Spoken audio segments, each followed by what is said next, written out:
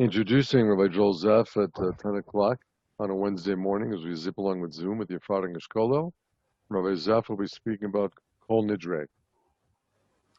Thank you, Hi, Rabbi Zeff. everybody. Whether you're listening locally live or uh, somewhere else, I want to say not alive. That'd be a trick. From the world beyond. I had the pleasure recently of giving a shiur in a program in Efrat that's designed for our very senior citizens, the Merkaz Vatikim. These are people like 80s, 90s, and above. Uh, and I asked them, what is your favorite part of Yom Kippur? What's the highlight of Yom Kippur? And everybody said Kol Nidre, right? Without exception. It was really very interesting. Kol Nidre. And it's also interesting to note that when people refer to the davening on Yom Kippur evening, they call it Kol Nidre, like where are you going for Kol Nidre, or some such statement. So it's interesting that Kol Nidre has taken on such a kind of gigantic significance, so much so that it's the most beloved part of Yom Kippur, and that people refer to the davening on Kol Nidre evening, the introduction to Yom Kippur. Yom Kippur. They call it Kol Nidre, even though Kol Nidre is not really part of Yom Kippur. It's like the Mariv. It's Yom Kippur, right? The evening prayer. Now, what's surprising is I hope that somebody here has actually read Kol Nidre in English, which basically says something like, all my vows should be nullified. That's in one sentence what it says. Very hard to understand why such a statement like that. Then it takes on very legalistic formulation, all these kinds of different terms for vows. That's so inspiring. Wow, it's a tremendously uplifting, amazing spiritual experience. Oh, it's very strange that it's become so beloved and so central, right? That people refer to the davening, as we enter into Yom Kippur, Kol Nidre. What I'd like to try to do is take a deeper look at Kol Nidre. Now, I want to preface by telling you what we're not going to be discussing, so I can sort of head you off at the pass in terms of questions along these lines. We are going to be dealing with halacha, with Jewish law, but at the same time, in a very limited way. We're going to really focus on those aspects of the laws and attitudes towards vows, nidarim, vows, just enough to be able to understand Kol Nidre. The subject of vows, nidarim, it's a whole masechet in the Talmud, which deals with that. It's very complex. And I don't want to go into the nitty-gritty of the laws of Kol Nidre. So I'll just give you an example of a question I don't want to talk about. And you sort of use that as a kind of a guideline for asking questions. For instance, we'll see right away that there are multiple words to refer to vows. In the formulation of Kol Nidre itself, there are a whole bunch of words that all refer to types of vows. So I'll take two words that appear in the Torah itself. Nidarim. So a neder is a vow, and then there's a shvuah. So a shvuah is another type of vow. It could be translated as an oath. So what's the difference between neder and a shvuah? I don't want to discuss it, okay? Because it's not really pertinent, and it's a whole interesting topic, but not for today. And I'm sure that Rabbi Grunstein would be delighted to discuss it in a subsequent presentation. Okay, it's a good idea. I don't really per se want to discuss nidarim, only to the extent that it's relevant to understanding Kol Nidre. So I want to first start out by taking a look at what is the general attitude in Torah towards nidarim, towards vows. So let's take a look here. I hope you have your source sheets with you. So the Torah says the following in Bamidbar, in the book of Numbers, chapter 30. Ish kidor neder laHashem, a man who takes a vow to the Lord, ohi shava, shvua, or he takes another word for a vow to the Lord, le'asor isar al nafsho, to forbid a prohibition on himself, lo yachel dvaro, he should not profane his word, kechol hayotze mipiv ya'aseh, in accordance with everything that comes out of his mouth, he should do. So the central ethic here, in terms of an attitude towards vows, is quite clear, and that is, you better do what you say. As they say in English, your word is your bond, right? You make a commitment, you live up to it. Let's take a look at another passage in the Torah. This is in Dvarim, in the book of Deuteronomy, chapter 23. Ki tidur neder laHashem Elokecha, when you take a vow to the Lord your God, lo ta'acher l'shalamo, do not delay in paying it. Ki darosh yidrashenu Hashem Elokecha meimach, for the Lord your God will seek it out from you. A creditor is going to come to collect that commitment you made. Who is that? It's not the treasurer of the synagogue. It is the Holy and Blessed be He. V'haya v'chachet, and it will be for you a sin if you don't live up to your commitment. V'chi techdal lindor, and if you desist from taking a vow, lo yeh v'chachet, it will not be for you a sin. So this is now a very interesting addition to the attitude towards sins. In addition to the imperative of living up to our commitments, the Torah says, whoever asked you to make such a formalized commitment? It's no sin to make a good faith effort without obligating yourself in such a formalistic sense of taking a formal vow, right? If you desist from taking a vow, it's not a sin. Of course, is this formal vow in the context of some business arrangement, or it could be in anything whatsoever? Okay, so you'll see in a second, the Rambam will discuss that, but that's one of the things I don't want to go too much into. I think you may have stepped out for a second when I said, don't ask me too many questions about the exact details of what vows are and the different types of vows, etc. So then the Torah continues there, Motzas fatecha tishmor, that which comes out of your mouth, you should observe, V'asita kasher nadart l'Hashem Elokecha, and you should do as you vowed to the Lord your God. Nidava, the offering, asher dibarta b'ficha, that you spoke with your mouth. Again, the ethic of your word is your bond. You make a commitment, you have to live up to it. Okay, fine. Now, I want to briefly relate to Bruce's question, but don't ask me any questions. Just in the broadest sense of the word. What are we talking about here? What type of commitments? So let's look at the Rambam. The Rambam is a beautiful way of categorizing things so systematically. He says the following. Ha neder nechlak l'shtei machlokot. A vow can be divided up into two categories. Ha-chelek harishon. What's the first category? Hu she-yasor alasmo devarim mutarim. Lo. It's that a person forbids upon themselves something which under normal circumstances would be permitted. So he gives an example. Kagon shiomar perot medina plonit asurin alai kol shloshim yom. For instance, a person will say the produce of a certain country, a certain city, whatever, are forbidden to me for the next 30 days. So let's say that you are a tremendous fan of Donald J. Trump, and Donald J. Trump has now said that we want to teach China a lesson, so we're going to boycott their produce. This is just a theoretical. And so you are going to take a neder that produce from China is forbidden to me. It's like a cheeseburger. Okay? That's one type of neder according to the Rambam.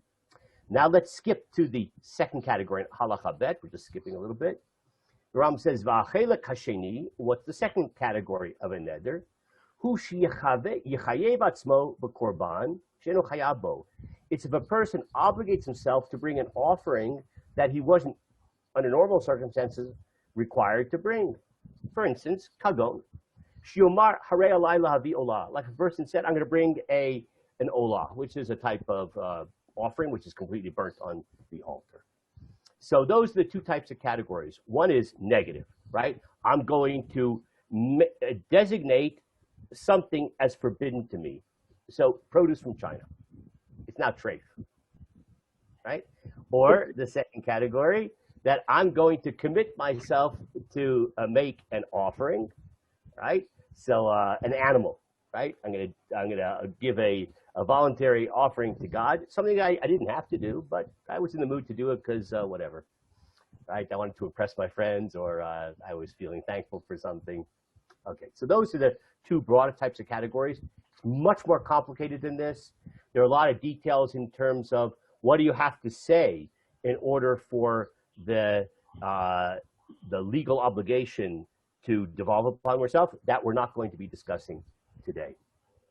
Let's take now a look at, in a fascinating way, what could be viewed as a kind of commentary on the Torah, but it's in the Tanakh itself. It's in the Hebrew Bible itself, but it's kind of like a commentary on what was in the Torah. You'll see what I mean in a second. We're skipping one source, but we're going to go back to it in a second on the sheet.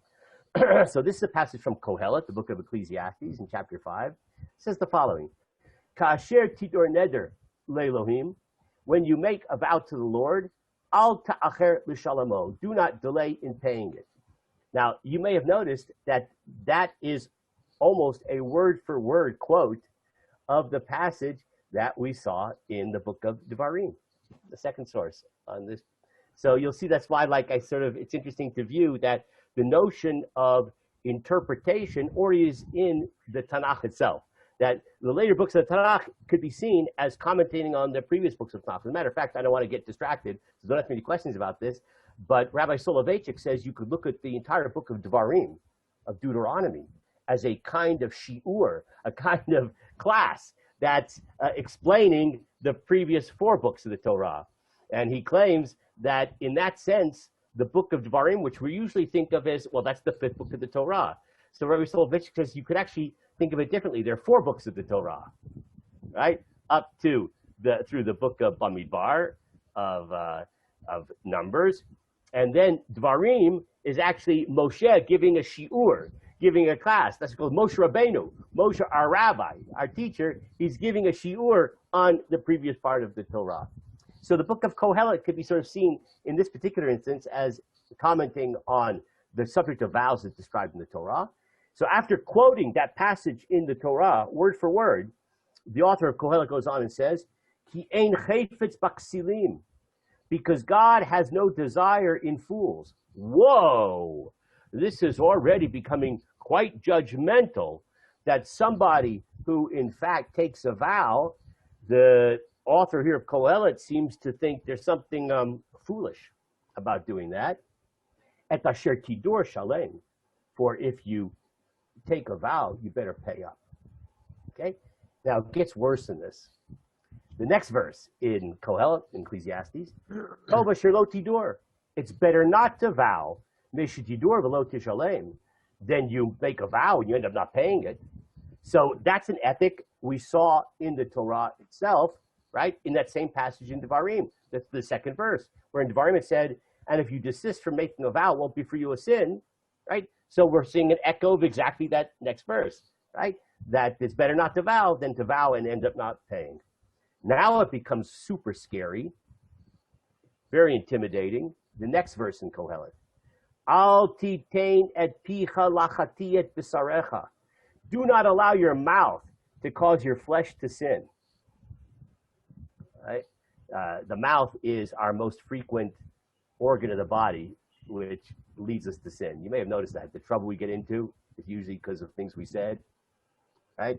So in this case, a particular example of that, of making a vow, do not allow your mouth to cause your flesh to sin. The al-tomar, and do not say, this is going to become very cryptic, but we'll explain it. Do not say, lifnei malach, before the malach. So malach is often translated as angel. Right now, we'll just, we're not sure what it means. Do not say before the malach, hishkagahi, it was a mistake. Lama yiktsof ha'elohim al kolecha. Why should the Lord be angry over your voice? V'chibelet ma'aseh yadecha, and destroy the work of your hands. What is that talking about? That's a very hard verse, and it's been interpreted in multiple ways. For the sake of our shiur today, I just want to share with you Rashi's interpretation. So Rashi, and you take a look at the next source down. Rashi says, what does it mean? Do not let your mouth cause you to sin. So what's that talking about? So it's really obvious. Rashi says, beneder, but making a vow. That's pretty clear from the context. And then Rashi goes on and describes the more problematic or cryptic part of the verse, where the verse said, and don't say to the malach, the angel, whatever that means, that it was an error. Why should the Lord be angry over your voice and destroy the work of your hands? So Rashi says, do not say to the malach. Interesting comment of Rashi. Shaliach. Malach here doesn't mean an angel. It means a messenger, a shaliach. And you know the word malach actually does mean messenger. Sometimes it means a celestial messenger, right? God sends you a messenger, like an angel, right? Malach. But it can also mean, and the same thing in the Torah itself. You got to be very careful. The Torah sometimes uses the word malach, and it means a terrestrial messenger, right? So if someone says Mordechai to give a message to somebody, he's a malach. I mean, he happens to be a malach in many senses. He's also a celestial angel, but he can be a terrestrial angel too, to someone sent on a mission. So what is this talking about? Don't say before the messenger. Which messenger? Haba l'tovacha, who comes to collect from you. Okay. So let's say that you have made a vow of $1 million commitment to a important charity or Torah institutions. Okay. So then someone from or Torah institution comes to collect the $1 million, right? So that's the shaliach, that's the malach, right? So the malach is coming to collect the debt, right? Concerning tzedakah shepasakta barabim, concerning a certain donation that you had publicly committed to in the sense of a neder. And then the verse goes on to say also cryptically that don't say to the malach it was a mistake, because why should the Lord be angry over your voice and destroy the work of your hands? Rashi goes on to then explain that. What does it mean you say to the messenger from Or Torah institutions, it was a mistake? Rashi explains, Bishkaga pisaktiha. Whoa, when I made that donation, I made a mistake. I thought at the time that I had the ability to be able to pay that debt. You know, I hadn't looked at my bank statement lately. So when I committed the $1 million, I thought this shouldn't be a problem. But it turns out I only had 10 shkalim in my bank account. So sorry, Charlie, I can't pay up. Don't get into that kind of situation, right? Where you have to say, oh, sorry, it was a mistake. Why? Because why should the Lord be angry at your voice and destroy the work of your hands? Rashi explains, destroy the work of your hands. Mitzvot shayu b'yadecha, all the good deeds, the commandments that you had in your hand, your bank account of spiritual currency, all those good deeds, that's what it's referring to, the work of your hands. Don't destroy it. Shasita kvar, all those good things you already did, ibadatem, you've destroyed. This is like a very scary thing. You know, we should always take into consideration, especially this time of year, not every mitzvah is worth 1 point, and not every transgression is worth -1, right? They have different weights, and we actually don't know the weight of a particular mitzvah or of a particular transgression. That's why, by the way, we should be very careful not to judge other people, because you could see somebody, they don't look very religious in some kind of technical sense, but they may be doing a mitzvah that we're not aware of, that one mitzvah may be worth all of the mitzvot that we do, right, that are sort of in the technical sense of the word mitzvah. Right? Who knows what's going on in their life and the ranking and value that are given to their actions. This is a very scary statement, that you could rack up a lot of mitzvah points. You could have a very high MQ, mitzvah quotient, MQ. So, but it will be destroyed by the one transgression of an unfulfilled vow. That's what the verse in 12 is referring to. about destroying the work of your hands. Is this suggesting there's no idea of a mistaken vow? Like it doesn't exist once you say it, that's it? And you really can't retract or cancel it, although we're going to do that at Kol Nidre. I mean, Yeah. So you'll see that we'll address that in very good question, and that will be addressed. Okay. So now I want to go backwards a second, and there was a source that we skipped, and I skipped it on purpose. So go to the first page again. So right between the Rambam and the passage from Kohelet, there's a passage from the Gemara. Look at this. This is like actually shocking. Amar Shmuel. Shmuel said, not Shmuel the prophet, not Sam the prophet, but Shmuel, who lived in the early time of the Amoraim, of the Talmudic sages. Afal Pisha Mekaimo Nikra Rasha. Even someone who fulfills the mitzvah, though the vow, even though he actually fulfilled the vow, he's called an evil person. That's unbelievable. A person made $1 million commitment to Torah institutions, and you paid up, you would think that you would become the honoree at the annual banquet. Right? You get a big plaque on your wall, you get your picture taken with Rabbi Riskin and the mayor of Efrat, and like, wow. Talmud says, no, you paid up, very nice. Guess what? Nikra Rasha, you're called evil. That's rather shocking. So we see here that that the attitude towards vows is problematic. We could perhaps summarize it in 2 points. Number one, you make a commitment, your word is your bond, you better live up to it. Number two, it's problematic. Better not to make these kinds of commitments, these formalized commitments. And even if you end up fulfilling it, you're called evil. Taking a vow is foolish. We saw that in Kohelet. Seal. It's a strong word, a fool. it's like Yiftach. Like Yiftach. Ah, wonderful. Right? You're not careful about vows. You end up doing something terrible to your daughter, right? As Bruce just mentioned. What I want to try to do is think philosophically for a second of what's so problematic about fulfilling the vow. Like, he did it. Fantastic. Huge donation to Torah. It's called a Rasha, evil. I want to try to think about why there's such a problematic attitude towards vows. Would anybody like to take a stab at that? Why Jewish tradition is so down on vows? Anybody want to take a stab at that? I would think they want you doing something of your own free will. But if you take a vow and then don't really want to do it, but you do it, you feel compelled to do something you don't want to do. Nobody wants to receive something from you because you swore about it. They'd rather you want to do it.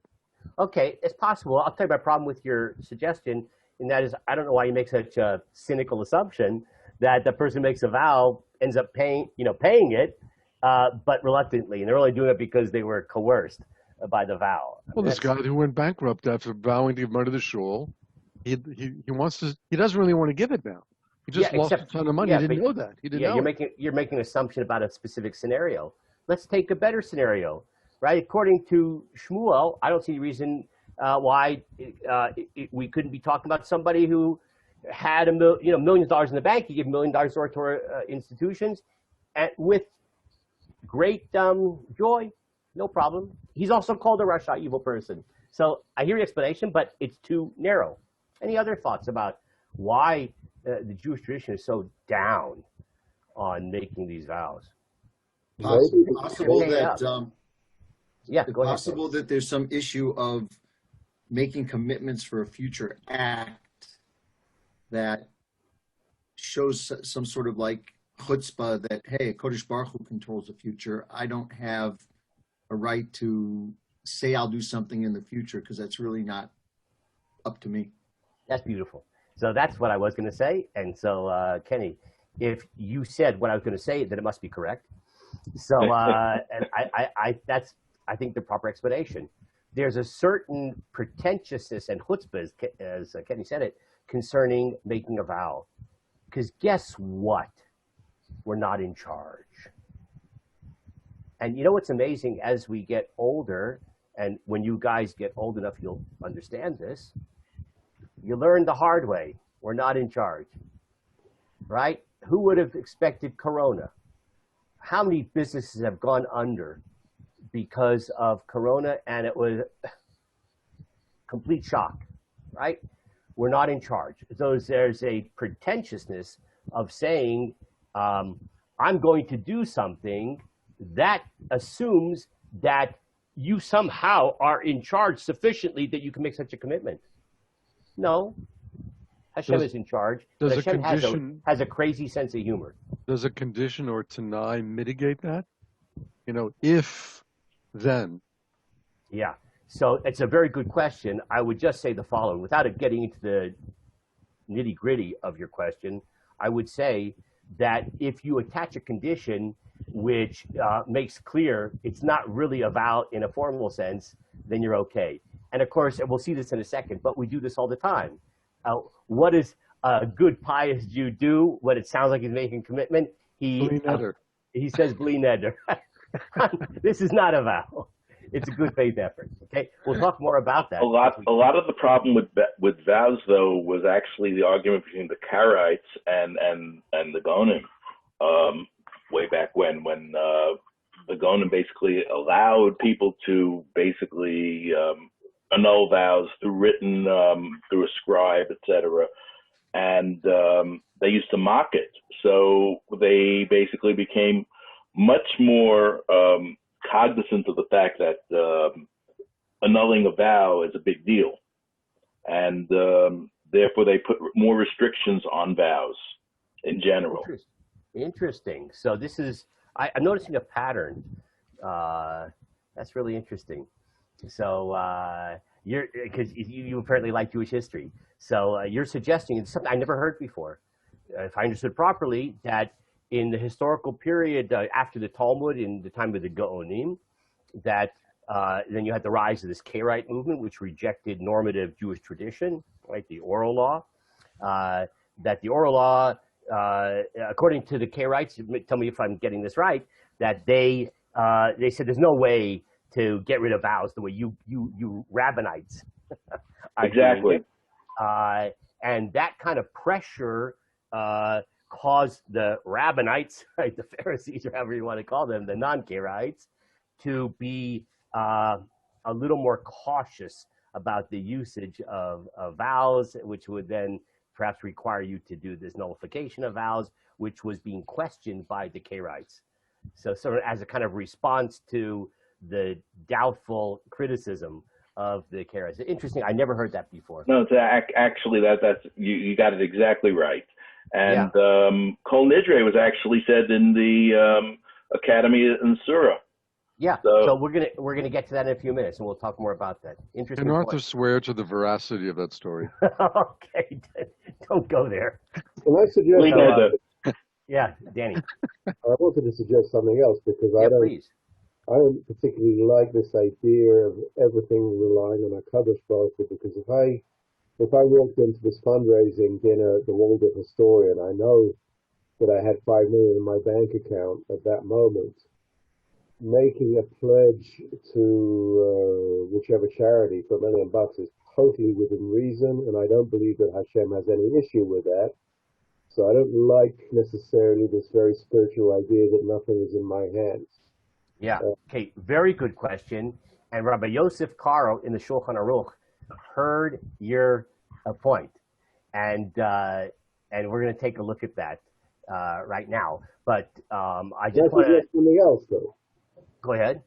Just another suggestion. Yeah, go ahead. The Torah doesn't like becoming a Nazir, which is like an extra special holy man who's taken a neder to separate himself from various things. The Torah doesn't like that idea in general. I mean, specifically with a Nazir and in general making a neder, because I think aren't we supposed to do mitzvot mitoch simcha and out of recognition of Hashem, and because we want to do the mitzvot and we accept the obligation, we shouldn't have to reach the extreme of taking a neder to be stricter with ourselves. Yeah, except for at least the two categories of vows which the Rama mentioned have nothing to do with mitzvot. He specifically is referring to forbidding something upon oneself which otherwise is permitted, Yeah. or obligating oneself to an obligation which otherwise would not be obligatory. So, right, so according to those, at least definitions, it's not relevant. But you'll see, your point is actually good, except for not with the Rambam's two categories. You'll see it in a second. But before we look at the Shulchan Aruch, I'm sorry? The Rabbi Yehuda Nossi never didn't believe in anybody making a neder himself that he's going to go and be a Nazir. He only applied this one guy who looked at it in the water and he saw how good he was. Then he became a Nazir. But anybody else, he didn't want it to be a Nazir. That was Shimon Tzaddik. Yeah, so your point is well taken, that reflects this reluctance of the idea of taking on a vow or being a Nazir, which is a kind of a type of a vow. So it's a very good point. So, but before we look at the Shulchan Aruch, which will actually address Danny's question, I want to just take a look at a possible positive statement for a change about vows. So that's in Pirkei Avot. So if you take a look there, this is on, according to the way printed in my text on page 2. So it says in Mishnah Pirkei Avot, right? It says Rabbi Akiva Omer Nidarim Siag Prishut.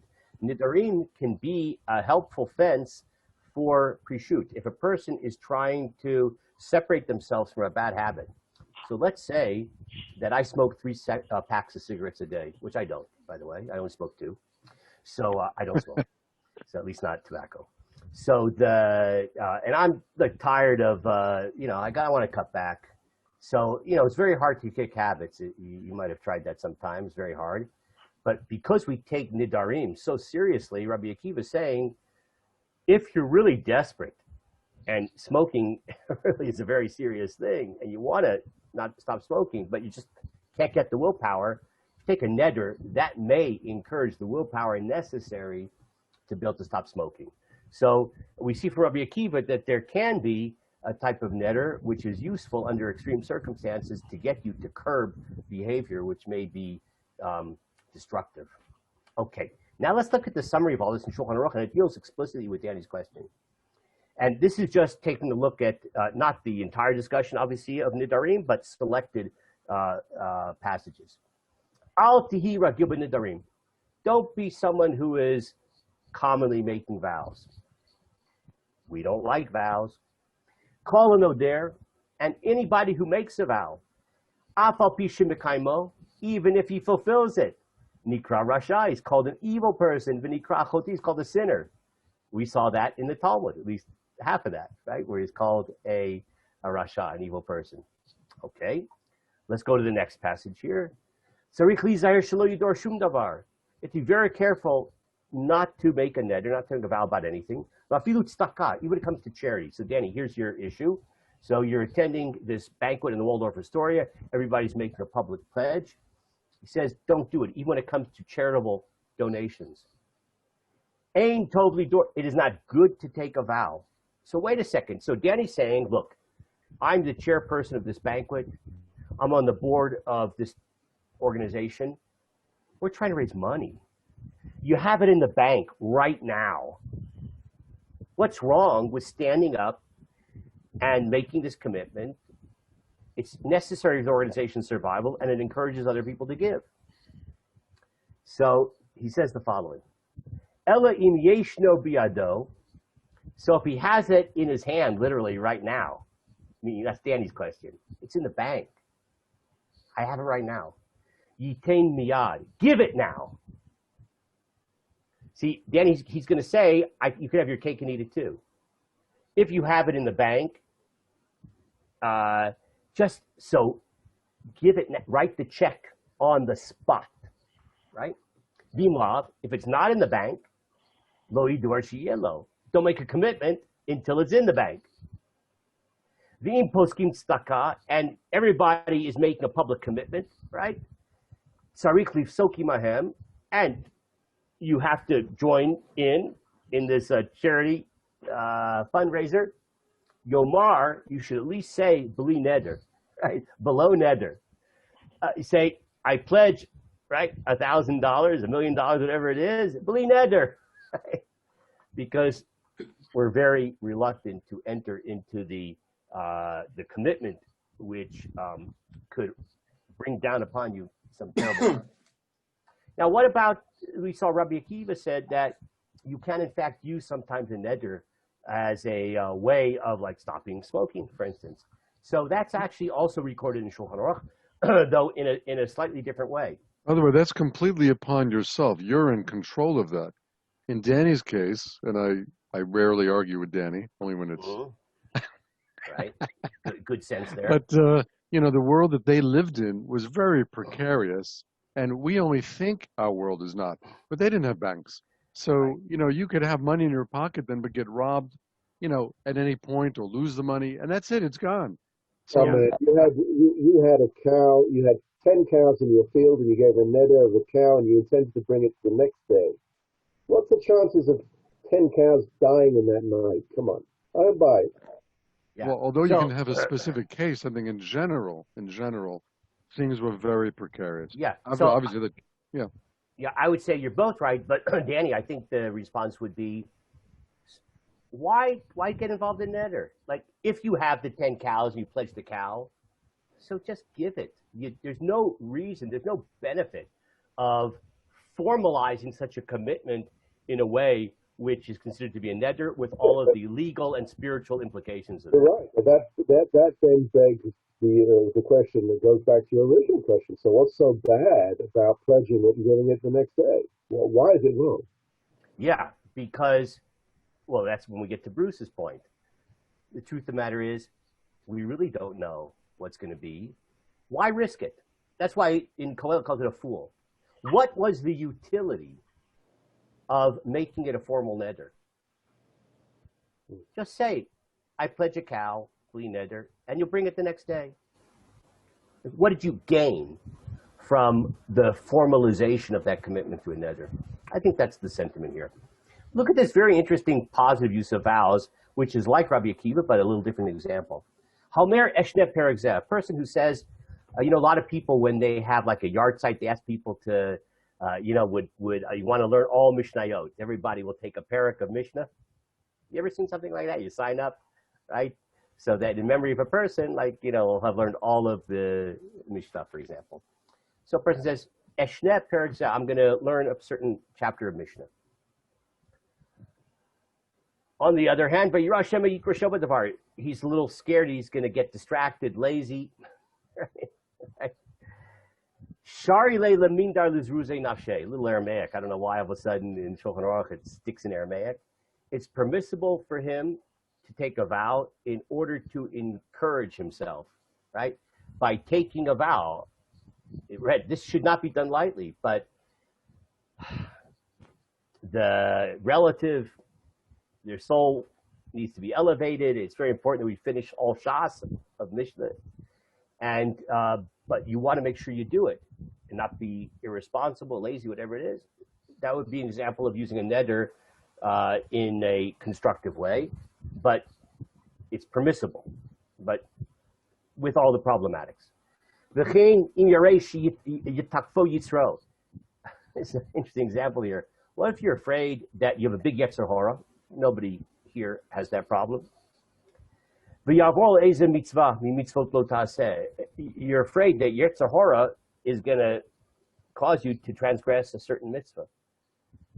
Well, if you feel very vulnerable to transgression, that's another emergency use. Sort of like break in case of fire. You have on the wall this hammer that's behind glass or whatever, break in case of fire. So you have like a neder box on the wall. It's there for emergencies. So if a person's feeling a little slippery and they're afraid they might transgress, you're allowed to take a neder in order to prevent you from that. And he gives another example, which is even not just permissible, but even, he says, you may be obligated. What if you're concerned that you're not going to fulfill a positive mitzvah? Right? I'm too lazy to put on tefillin. So, mitzvah lishaval indor. It's a mitzvah to take a neder in order to force yourself to be able to put on tefillin. Don't ask me any questions about this. It's really interesting how, going from like a very negative attitude towards, well, you could use a neder, to prevent yourself from doing a transgression, and it's a mitzvah to take a neder to encourage yourself to do a positive mitzvah.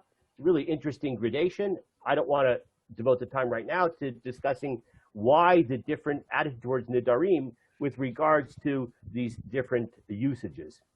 Okay, I don't know if this is a permitted question, Matt, but I'll tell you. if you do something 3 times in a row, so you have a chazakah for that, is that Yeah. akin to a vow? Yes, it is. So again, I don't want to explain why, but I'm not going to tell you a personal story. I shouldn't do this. I'll tell you like actually a funny aside. So last week we talked about the power of ratzon, right? How to sort of the engine which drives people. That's called ratzon, and how people who accomplish great things in the world because they've got that fiery engine in them that they can move mountains. And I mentioned a specific rabbi as someone who's accomplished a lot, and it's because he has like that fire, right? And I mentioned his stature,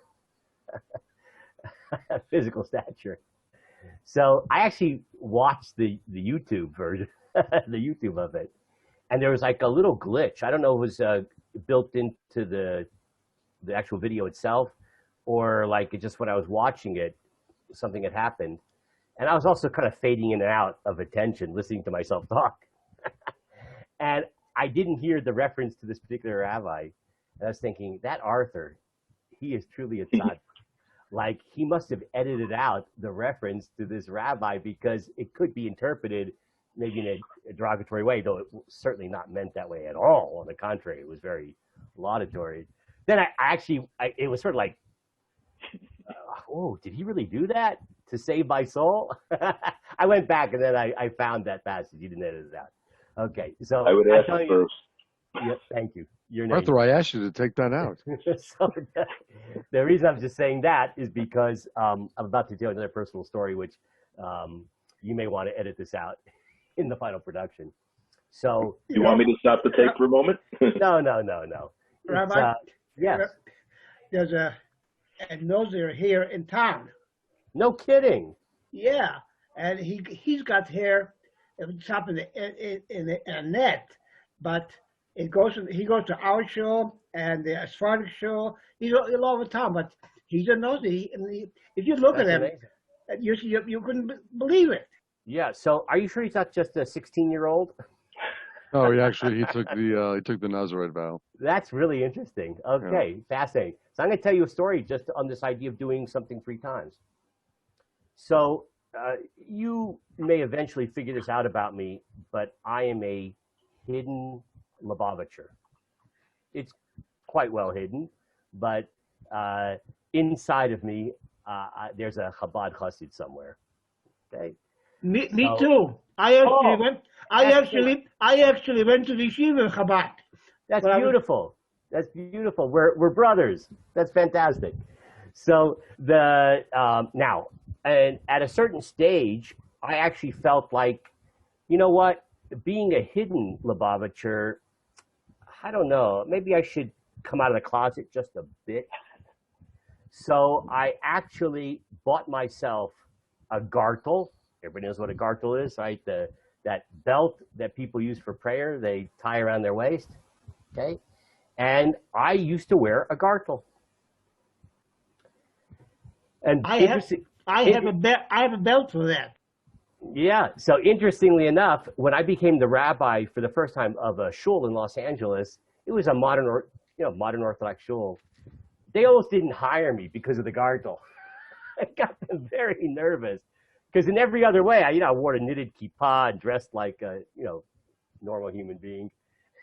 So like, oh, he's our man. He doesn't look overly rabbinic, so he's good for us, right? So, but then they saw the gartel, and they like it. I got a lot of questions in the interview for that position about that gartel. So now, it happened to be, and I won't go into detail about what happened, unless you give me a few l'chaims and we stopped the recording. It was actually one of the most traumatic things I ever went through professionally. I ended up having a huge fight with a particular Chabad organization. Now, I happen to have a lot of respect for Chabad, and right, I don't mean this in any way to be negative, but organizations are organizations, and there's politics, and there's agendas, etc. I had a really bad fight with a certain Chabad organization, and it left such a bad taste in my mouth after that fight that I didn't want to wear the gartel anymore. I still learned Tanya, but no gartel. I couldn't stomach it. That's a double entendre, the gartel. Okay? So I was, I discussed it with a big rabbi who looks like a rabbi, actually. And he said, okay, I understand, but you're going to have to do a hatarat nidarim, because you did this act, three times, a lot more than 3 times, and it takes on the status of a neder. So I actually had to go before 3 rabbis, and we'll discuss that in a second. It's actually a good segue to what we're about to do to get rid of that. So that's a practical example, Bruce, of your question. Okay, now, I want to ask precisely, that's a great segue, not just me blabbing. What if you took a vow, and is there anything that can be done about it? So we're not going to actually read this passage. It's too complex, and long really is the problem. In Bamidbar, in the book of Numbers, chapter 30, I have it printed here, but we're not going to read through it. But it is, I just want you to know the term. In Hebrew, it's called hafarat nidarim. Hafarat nidarim. And it is the absolution of a vow, the canceling of a vow within the family context. So the husband to the wife, the father to the daughter. Now, there are tremendous amounts of interesting questions, both philosophical and halakhic, which can be asked about this. And I know that Bruce is exercising heroic self-control, not to ask. I swear I'm not. Not to ask the question which he wants to ask. So, so that is how the Torah suggests that a vow can be canceled within the context of the family, as described, and that's all laid out there in the Torah for your reading pleasure on your own time. But there is another way of getting rid of a vow.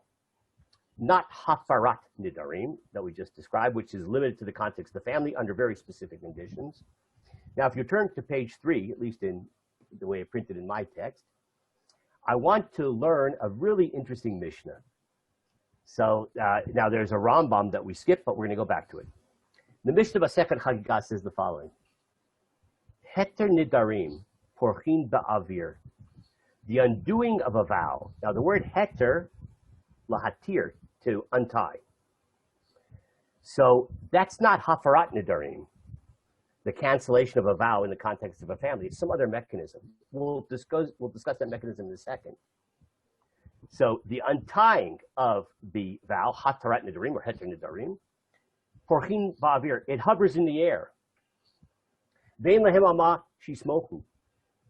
There's nothing for it to rely upon, meaning that there is this very complicated set of laws that offers a way of getting rid of a vow, but there is no basis in the Torah for this mechanism of canceling vows. The only basis in the Torah to cancel a vow is in the context of the family, as we described before. Not this, whatever this is. We'll get to it in a second.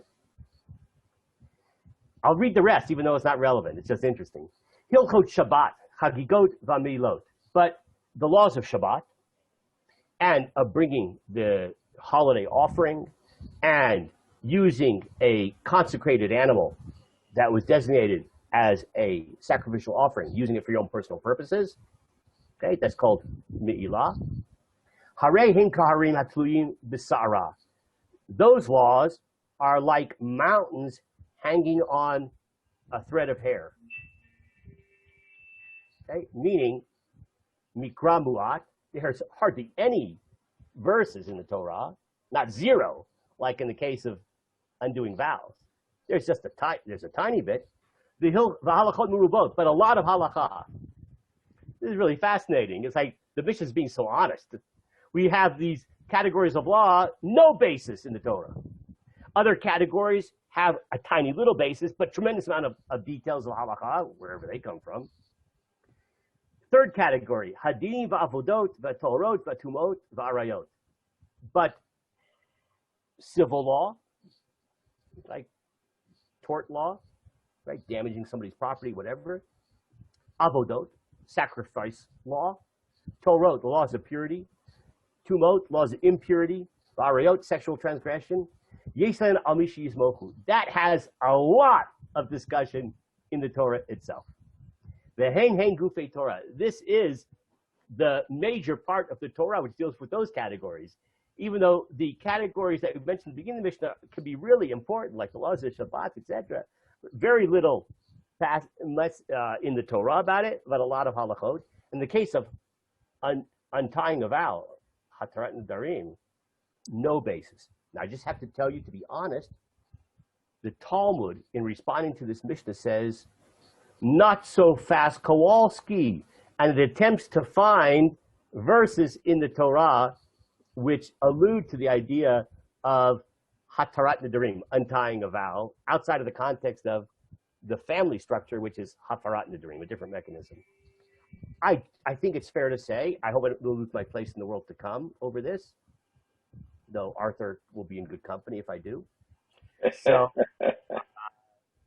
the attempts at finding some basis in the Torah are rather weak and forced, and probably what the Mishnah says is the simplest way of describing it, that this mechanism of untying vows, it's real, but it doesn't exist. By the way, this supports Arthur's point that he made a few minutes ago, why the Karaites may not have liked the idea of hatarat nedarim, because there is no mention in the Torah of it. And we could have said Moshe Messinai. So, well, that's actually what it means, right? If you take a look at Rabbi Ovadia Bartanura, the next source down, so that's the most famous commentary on the Mishnah. He says the following: Heter nidarim porchin ba'avir, right? The untying of vows, it floats in the air. Ma'at remez yesh b'mikra. There's like very little allusion, with an A, allusion, in the Torah itself. He's actually saying that because the Gemara does try to find something in the Torah itself. Shuchal achacham latir neder. This mechanism which allows for a sage to untie a vow. We'll talk about that mechanism in a minute. Ve'en lismoch alav ela kach masur lechachamim b'torah shebal peh. Rather, it was given over to the sages through the Torah shebal peh, what we like to call halacha Moshe Sinai. It's a law that has basically no a basis in scripture, right? But was given down from generation to generation from Sinai. Now, what the heck is this hatarat nedarim, the untying of vows? So let's quickly read through, in the last 4 minutes we have, the Rambam, who describes what it is. Ketzad matirim. How do you do it? Matirim. Hatarat nedarim, not hatarat nedarim. It says the following. Yavo anishma lechacham hamufak. So someone who had taken a vow, he goes before an outstanding Torah scholar, Rav Moshe Feinstein, shosha hedyotot, or 3 hedyotot, interesting Hebrew word, which sounds like the word idiot, and it comes from the same Greek root, but in Hebrew it means non-expert sages, right? So they're not Rav Moshe Feinstein, but they're local Orthodox rabbi, good guys. In ein sham mumche, right? In a case where you don't have this one expert like Rav Moshe Feinstein. Vomer, and you say the following: Ani nishbati okach v'kach v'nichamti. I made a certain vow and I regret it. If I would have known how much pain I'm in because of that commitment I made back then, or this incident now that has occurred to me, if I would have known about that in advance, I wouldn't have made the vow in the first place. If I would have known at the time what I know now, I would certainly not have made this commitment. That's what he says to the court or the chacham. So the sage or the representative of the Beit Din, the 3 hedyotot, says to the person, you really regret it? Nichamta? And he says, yes, indeed, I'm really terribly regretful about it. So then the Beit Din says to him, or the Chacham, Sharu ilach, mutar lach, amachulach, right? It's permitted to you, undone for you, forgiven for you. Any kind of expression which conveys this idea that, guess what? That vow you took of wearing a gartel, null and void. Because when you took that vow, you didn't realize what would happen later on, the implications of that. And if you would have known then what you know now, you would have never taken upon yourself that obligation in the first place. This is called Hatarat Nidarim, which has little or no basis in the Torah itself, but is a halakha l'Moshe Sinai, something handed down from generation to generation. Yes. That I have, if he made a public announcement that he's going to become a Nazir, that's fine, that's okay. But if he does it to himself, who's going to tell him not to do it, not to do it? Who's going to tell him? Okay, so you're asking an interesting question, and that is the issue which I don't really want to go into about, and that is, what are the specific technical requirements for it to be considered a vow? If a person is just thinking, maybe I should become a Nazir, or I think I'm going to obligate myself to $1 million to an institution. Is that called a vow? What if he says it out loud, but nobody hears? Is that considered to be a vow, etc.? So these are questions that Rabbi Grunstein would love to answer, but we'll just, for today's purposes, we'll have to leave it at that. Let me just tell you what we're going to do next week, and it's good that sort of the timing worked out. We'll be able to finish this before Yom Kippur. We're going to take all this information now, and we're going to examine the very oldest appearance of Kol Nidre. We're going to see how Kol Nidre was related to by the contemporary rabbis who lived at that time, and we're talking about 9th century, really a long time ago. And then we're going to look at some of the halachic pros and cons of Kol Nidre, and then we're going to look at how the role that Kol Nidre played in medieval and even modern anti-Semitism. And with that, I say adieu. Take care. Thank you. Thank you very much, Rabbi Zef. Thank you.